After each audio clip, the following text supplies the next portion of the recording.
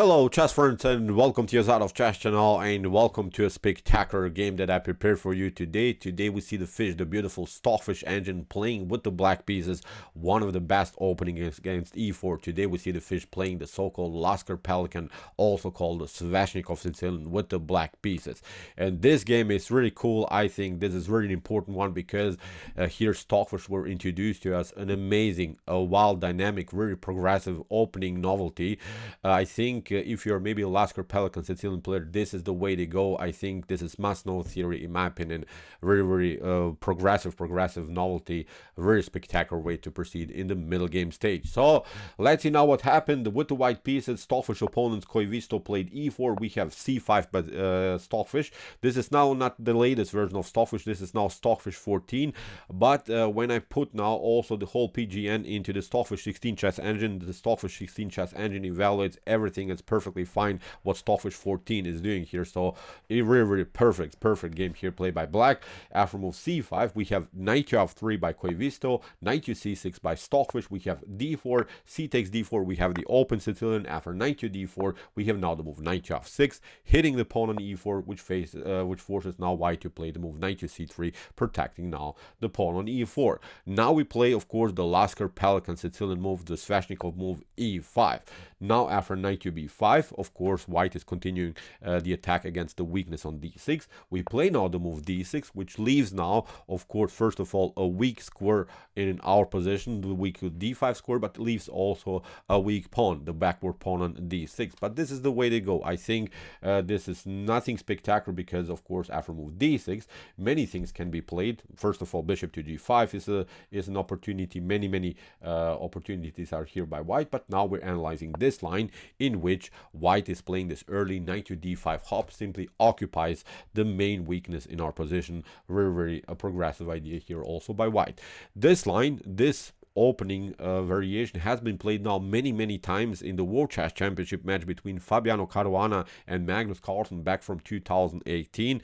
We know that all of the games in their classical time format match ended with a draw, so you can use, of course, also Magnus Carlsen's games in order to have a great preparation in this opening. Magnus is really the master of this opening, so if Magnus plays it, I think we can also study very this beautiful chess opening. So after move knight to d5, basically white is avoiding, for instance, after move bishop to g5, this lines with a6, knight to a3, b5, where white is pushed away with this knight on b5 to the edge of the board. So that's why white is many times playing this particular sideline. Very also must-know theory if you're Lasker-Pelikan Sicilian player. So after move knight to d5, which simply take it out. Knight takes d5, e takes d5, hits, of course, the knight. Now we retreat to b8, which creates now this solid structure in the center of the board, which creates this static center in this in the position, blocked out pawn structure in the center of the board. So the game is not so dangerous anymore.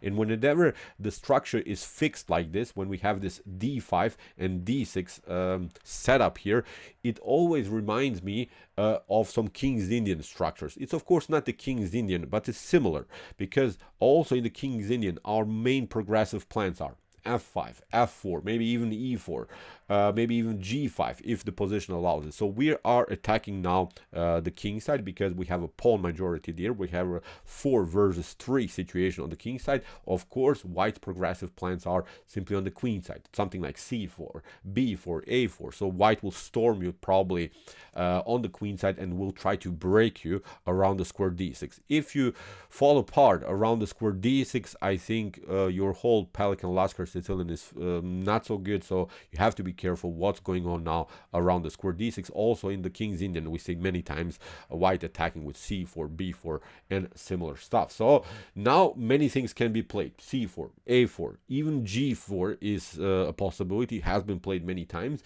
Here in this particular game, c4 has been played by Koivisto against Stockfish. As I said, also played by Fabiano Caruana against Magnus Carlsen, but now comes bishop to e7. Normal development would keep our bishop now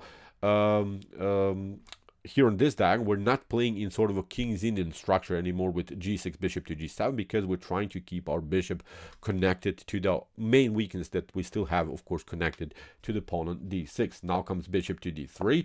a6, kicking away the knight to c3, and now f5. This gives us now at least some kind of an opportunity here. These pawns are rolling. These are flexible pawns. These are mobile pawns. All of the structure in the center is a little bit blocked out. At least we have something here to do now on the king side. We have f3, kingside castling here also by white, knight to d7, controlling of course the c5 square so far, because in some lines white could play aggressively immediately with the move c5, so we're controlling the move c5, but we have also opportunities maybe to reroute the knight to f6 and then break and enter with the move e4. So the knight is very important now here. In the game we have now move a3 by the Koivisto chess engine, and now a very important move here by the fish, bishop to g5.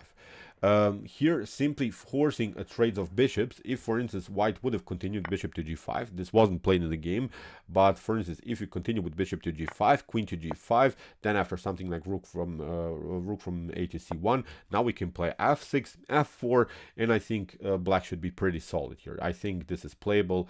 Still we're continuing the game with our powerful central control, with our mobile pawn structure on the king side. So as I said, from this point on I think white has equalized the game at least and has really some good chances in the game. So after move bishop to g5, now comes to the move b4, and now comes a beautiful move that has never been played, as I said, so far in chess history. Many things have been played. Bishop to c1, a5 has been played, also b6 has been played, but Stockfish goes for the most progressive, most aggressive line, goes now into very wide line with the move e4, and this is, I think, really cool what the fish is doing here. I think this is very instructive what the fish is doing here, because I think you will reach at least sometimes similar or maybe even the same positions, and maybe you missed this idea. e4, as I said, never been played in chess history. A beautiful theoretical novelty that gives now black really some cool attacking ideas. From this point on, I think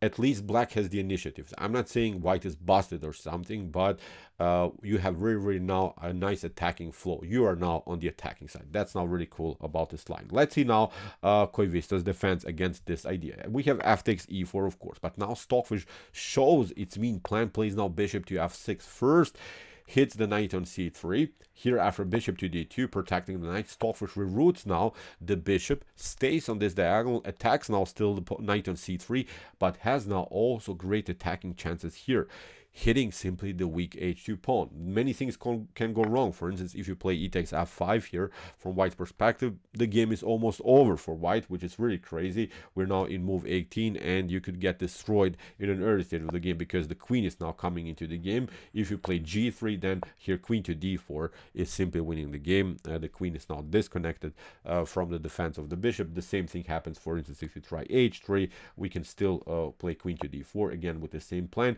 Or if you try rook to f3, of course, to keep somehow this bishop protected, then we simply play queen to h2, bishop to d4, and I think this is game over. This knight is coming into the game. This pawn is weak. We can also always deliver checks, maybe get the rook also on the e file, threatening checkmates.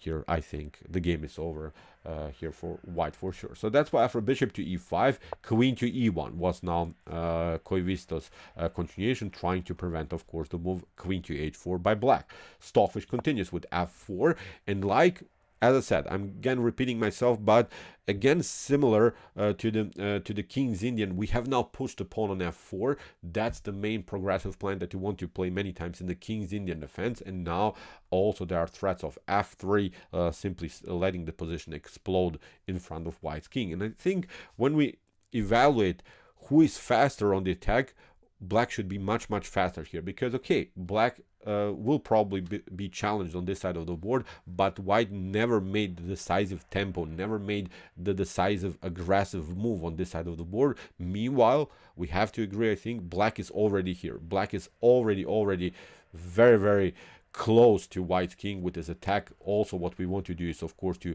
maneuver the knight somehow, getting the bishop into the game, maybe even support this attack with the g5. h5, g4. So we're launching just this kind of an attack, and the most important thing here to say is that we still keep our pawn majority on this side of the board. We still have our 3 versus 2 attack when it comes to pawn count, of course. Very a nice attacking flow black is here for sure. So we have rook to d1 here by Koivisto. Stockfish continues now with g5. We have now the move c5. Also interesting line here by Koivisto, giving up again the pawn, also trying to be very aggressive on this side of the board. That's how you play opposite side attack games, where basically both players are trying to attack opposite sides. Now you have to be also very progressive. Maybe a better, slightly more positional ways here to proceed with knight to e2, but still it gets very risky. Look at this, queen to f6, you try maybe bishop to c3. Now we play a5, you retreat. Playable, as I said, also for white, but maybe this was, as I said, a slightly more positional approach, but still I like black's position because of this progressive plans using the pawn majority. Here, after move g5, Koivisto tried to play also a sharp game with the move c5. Stockfish continues now with d takes c5. Here, if you play b takes c5, actually knight to c5 wouldn't be so good because you're getting your knight simply too exposed here. We can retreat with our bishop, and these pawns are very dangerous. Rook to b1 could happen. So that's why after first d takes c5, here Koivisto tried knight to e2 now. Again, here c takes b4 wouldn't be a good continuation, because after bishop to b4, you're inviting basically your opponent's piece into the game. Sadly, also white Darko bishop is very dangerous piece. This pawn is a passer, so not of course a good continuation. So here Stockfish doesn't take out now the pawn on b4, says who cares what's going on the queen side. I'll make my continuation of my attack on my side of the board where I am better. Plays now the amazing queen to f6 with some threats, of course, g4, and then maybe f3, simply, as I said, letting the position explode in front of white's king. We have d6. Here Koivisto is trying to activate the light square bishop on this diagonal. We have b5 by the fish. We have bishop to c3. Here Koivisto plays a similar plan that we have seen previously, tries of course to force further trades of pieces. c4 by Stockfish, bishop to c2, bishop to b7, and now bishop to e5, knight to e5. A good square for the knight. Very the knight is centralized, controls many squares, also defensively controls still the d7 square. When it comes to attacking chances, is of course attacking f3, d3 squares. This one is a weak one, so really the most powerful minor piece it becomes now for sure in the game. We have queen to f2 by Koivisto. We have bishop to c6. Stockfish is battling simply against this passer on the d file. We have queen to b6, and now a brilliant idea here by the fish. Here the pawn is under fire, but Stockfish leaves it simply unprotected. It's again saying, show me what you got on the queen side. The queen is not coordinated on this side of the board, or the attack on the king side is more and more dangerous. And that's what I like about the Lasker-Pelikan Sicilian, because you are the one that attacking the king, and it's always more important to attack your opponent's king than maybe just some pawns. Okay, maybe you will lose here the pawn on a6, but the attack by black is simply too aggressive. We play immediately f3. You're trying maybe something like this, g takes f3. We can even play g4, simply putting more pressure against this endangered king on g1. You're trying maybe f4. We simply get through. You have to even sack the piece. We can even play something like this. I'm just showing you one line that's suggested by Stockfish 16. Bishop to e4, bishop to e4, rook takes e4. Look at this. The heavy artillery is coming. You have to cover queen on c2. So as I said, I don't want to show now the game what happens if that happens, because many tactical lines can actually happen. But this was one line. Look at this. The rook is under fire. We're threatening the checkmate on g2. No good checks by white, pardon me, are possible. So it's game over here for white. So that's why very interesting choice here. Rook from a to e8 by the fish. You see, queen takes a3. Queen takes a6, pardon me, cannot happen here by white. So in the game, queen to c5. That's why by Koivisto, keeping here the pawn on d6 well protected. Stockfish continues with rook to c8, indirectly, of course, hitting the queen. We have queen to a7 again. Here, Koivisto maybe calculated that it could do some perpetuals, maybe force a draw, but Stockfish continues with bishop to d7. Still keeps this blockade against this pawn on d6 and reroutes now the bishop on a more active diagonal. Now there is always the threat of g4, h5, h4, maybe again pushing now finally the other pawns and create new attacking chances. Now Koivisto made the huge blunder in the game. Here, knight to c3, probably the best way, but still, look at this. f3, you have to play g3. This knight is coming into the game, or you can maybe try here rook to f2, somehow get a new defender, but now we play king to h8 to attack. This queen is coming. You can never take. Knight is coming into the game. You can maybe try knight to e3, then we take. I don't know. You play knight to f5. We can maybe trade it off, but still, I think this is very dangerous because of here this knight that will jump all over the board.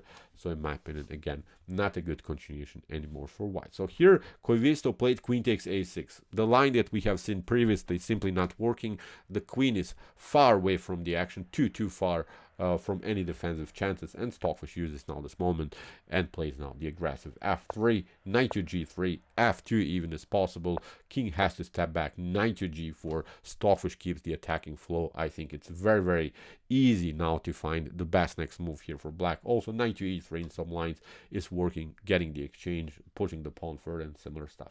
Queen to b7, rook to f7. Stockfish keeps everything glued together, compact. Rook is protecting the bishop is protecting the rook on c8. No breakthroughs are possible now here for white. In the game e5, nice idea also here by Koivisto, at least some kind of an attacking chance. Stockfish takes. We have bishop to e4, knight to e3, the fork against both of these rooks, and now bishop to d5. Very interesting now counter-attack here by Koivisto, but Stockfish has calculated everything in a good way. Plays now first of all the important bishop to e6. We have now a forced tactical sequence, d7. Stockfish creates again the blockade against his pawn on d7. Queen to b6, attacking now the rook.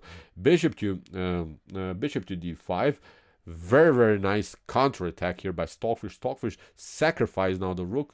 Here Koivisto took. We have king to g7, but now how are we going to protect here the pawn on g2? So that's why here knight to h5 first a check. Stockfish steps back with the king. We have rook to d5, only move here by Koivisto, giving up the rook for the bishop because the bishop was simply too powerful. But now after queen to d5, again the same threat is present, the weak pawn on g2. Queen to b6, a new check. Stockfish grabs now simply the piece here on h5. Here Koivisto also grabs the piece on e3, and it seems so that Koivisto played basically the best defensive moves, but now after queen to d7, king to e2, actually in this particular position, Koivisto actually resigned because there's simply too much pressure here. We play simply king to g6, we get out of this attack. The problem is now you cannot play a rook takes f2, because after rook takes f2, queen to f2, we simply trade off the queens and the king is far away from the action,